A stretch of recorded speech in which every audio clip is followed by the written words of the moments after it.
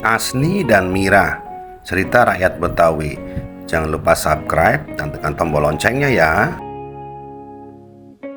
Alkisah pada zaman dahulu di Betawi masih terdapat banyak pendekar silat. Dua di antaranya yang cukup terkenal adalah Tirta dan Asni. Kedua pemuda itu adalah kakak beradik tapi lain ibu. Meskipun bersaudara, namun Asni tidak mengetahui jika ia punya saudara tiri bernama Tirta. Sementara itu, Tirta sendiri sudah tahu hal ini dari ibunya. Tirta tinggal bersama ibunya di Karawang, sebuah daerah di tepi kota, sedangkan Asni tinggal bersama ayahnya di Kemayoran. Tirta dan Asni memiliki perbedaan sifat yang terlihat pada perilaku sehari-hari mereka. Tirta tumbuh menjadi pemuda berandalan. Keahlian bela dirinya digunakan untuk membuat kekacauan. Bahkan Tirta suka merampok dan mencuri.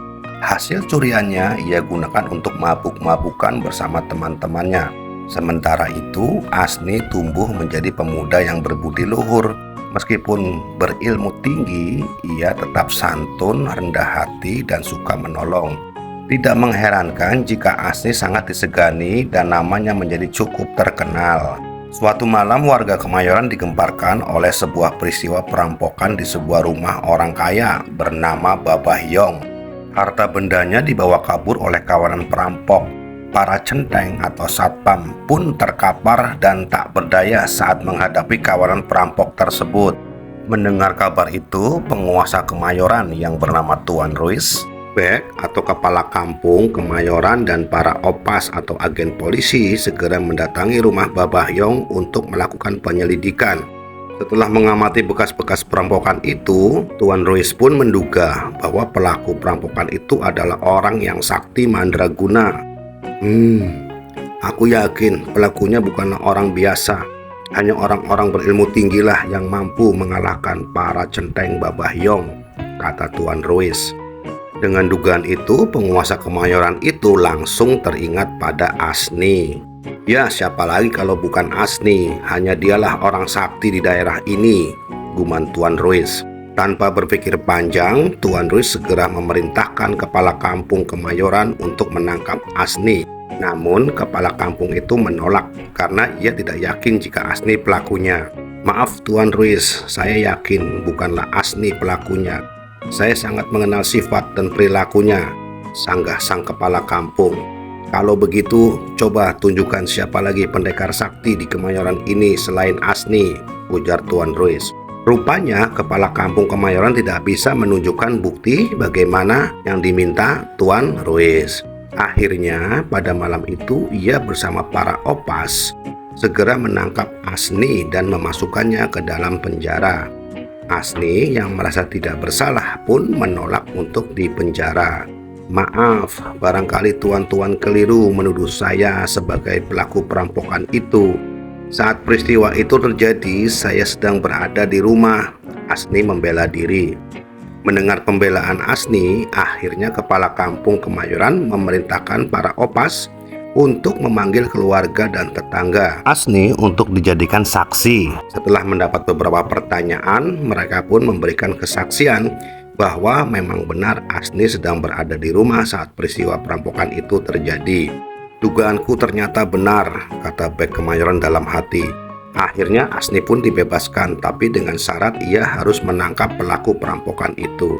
Jika kamu gagal menangkap perampok itu, maka kamu akan kembali di penjara, ancam Tuan Ruis. Meskipun keputusan itu tidak adil baginya, Asni pun menerima dengan lapang dada. Ia merasa bahwa menjaga keamanan Kemayoran juga termasuk tanggung jawabnya. Keesokan harinya, ia mulai mencari pelaku perampokan yang menyatroni rumah Babahyong. Karena yakin perampok itu bukanlah warga Kemayoran, ia pun melakukan pencarian hingga ke kampung-kampung lain. Salah satunya adalah kampung Marunda, karena dia mengenal di kampung itu memiliki pendekar sakti bernama Bang Bodong. Bang Bodong mempunyai seorang putri yang cantik dan mahir bersilat bernama Mira. Mira adalah idola bagi setiap pemuda di Marunda. Bahkan sudah banyak pemuda yang datang melamarnya, namun belum seorang pun yang diterimanya karena tidak memenuhi syarat yang diajukan Mira. Syarat itu adalah harus mengalahkan kesaktian Mira. Sementara itu, Asni yang hendak memasuki kampung Marunda tiba-tiba mendapat teguran dari para penjaga kampung karena tidak melapor. "Hei anak muda, berani-beraninya kamu masuk ke daerah kami tanpa izin," hardik seorang penjaga. "Masa siang-siang begini harus melapor?" jawab Asni. Mendengar jawaban itu, para penjaga kampung menjadi tersinggung karena mereka tidak dihargai. Akhirnya terjadilah perkelahian antara Asni dengan beberapa orang penjaga kampung. Dengan ketinggian ilmu silatnya, Asni dapat merobohkan para penjaga itu dengan mudah. Salah satu penjaga kampung kemudian melapor kepada Bang Bodong. "Bang, ada pengacau yang masuk ke kampung kita," lapor penjaga itu. Tanpa banyak tanya, Bang Bodong bersama Mira segera menuju ke tempat kejadian. Saat bertemu dengan Asni, Bang Bodong langsung menyerang pemuda itu. Betapa terkejutnya ia karena serangan-serangannya dapat dipatahkan dengan mudah oleh Asni. Merasa dipermalukan, Bang Bodong mengeluarkan jurus-jurus pamungkasnya. Meskipun umurnya sudah tua, pendekar Marunda itu masih sangat lincah bergerak hingga Asni harus bersusah payah berkelit ke sana kemari untuk menghindar. Setelah beberapa lama pertarungan itu berlangsung, Bang Bodong mulai kelelahan. Begitu ia lengah, Asni langsung melayangkan sebuah tendangan keras tepat mengenai lambung kirinya. Tak ayal pendekar Marunda itu pun jatuh terpental ke tanah dan tidak bisa melanjutkan pertarungan. Melihat ayahnya kalah, Mirah langsung menyerang Asni. Pertarungan antara kedua pendekar itu tampak seimbang, meskipun pada akhirnya Mirah harus mengakui kesaktian Asni. Saat melihat putrinya kalah, Bang Bodong malah tertawa terbahak-bahak. "Hahaha. Ayah, kenapa menertawai aku seperti itu?" tanya Mirah dengan bingung. "Akhirnya datang juga jodohmu anakku," kata Bang Bodong dengan nada menggoda.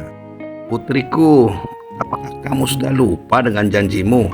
Bukankah kamu pernah berjanji bahwa jika ada pemuda yang mengalahkanmu, maka dialah yang akan menjadi jodohmu?" jelas Bang Bodong mengingatkan putrinya. Mendengar penjelasan itu, Mirah lalu tersenyum malu-malu. Bang Bodong pun kemudian menyapa Asni. "Maaf anak muda, kamu siapa? Dan apa maksud kedatanganmu ke Marunda?" tanya Bang Bodong kepada Asni. Asni pun memperkenalkan diri dan menjelaskan maksud kedatangannya. Setelah mendengarkan penjelasan Asni, Bang Bodong meminta pendapat Asni mengenai janji yang telah dibuat putrinya. "Ketahuilah, Asni, putriku pernah membuat janji bahwa siapapun pemuda yang berhasil mengalahkannya, maka dialah yang berhak menjadi suaminya," ungkap Bang Bodong seraya bertanya kepada Asni. "Apakah kamu bersedia menikah dengan putriku?" Pucuk dicinta ulam pun tiba. Maksud hati ingin menangkap perampok, Asni malah mendapat gadis cantik dan sakti. Maka tak ada alasan bagi Asni untuk menolak tawaran itu. Akhirnya Asni dan Mirah pun menikah. Sebelum pernikahan mereka dilangsungkan, Bang Bodong dan putrinya juga bersepakat untuk membantu Asni mencari perampok itu. Setelah melakukan penyelidikan, mereka menemukan bukti bahwa perampok itu adalah Tirta yang berasal dari Karawang. Bang Bodong sendiri kenal dengan Tirta karena Tirta beberapa kali berusaha mendapatkan cinta putrinya, yakni Mirah. Namun mereka sulit menangkap Tirta karena keberadaannya tidak diketahui. Setelah berpikir sejenak, akhirnya Bang Bodong menemukan sebuah cara.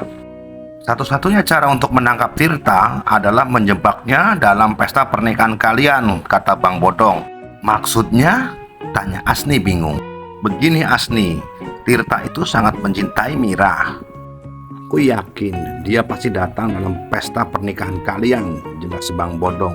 Setelah itu, mereka pun segera melakukan persiapan-persiapan secara matang, termasuk mengirim undangan kepada Tirta di rumahnya.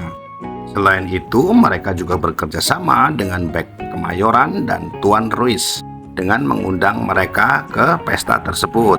Beberapa hari kemudian, pesta pernikahan Asni dan Mirah dilangsungkan di kediaman Bang Bodong. Tampak para undangan mulai berdatangan, termasuk Bek Kemayoran dan Tuan Ruiz yang lengkap dengan senjatanya. Tak berapa lama kemudian, Tirta pun tiba dan duduk di barisan kursi paling belakang. Namun, Tirta agak curiga karena ia melihat Bek Kemayoran dan Tuan Ruiz juga hadir dalam pesta itu dan duduk sejajar dengannya. Sesekali kedua penguasa dari Kemayoran itu melirik kepada Tirta. Menyadari dirinya dalam bahaya, Tirta segera meninggalkan pesta itu untuk melarikan diri.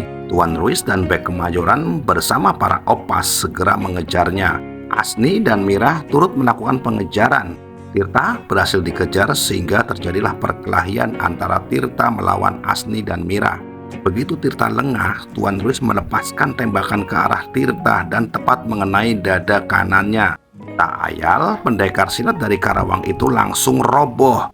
Sebelum menghembuskan nafas terakhir, ia sempat berpesan kepada Asni, "Ketahuilah Asni, sebenarnya kita bersaudara, namun lain ibu.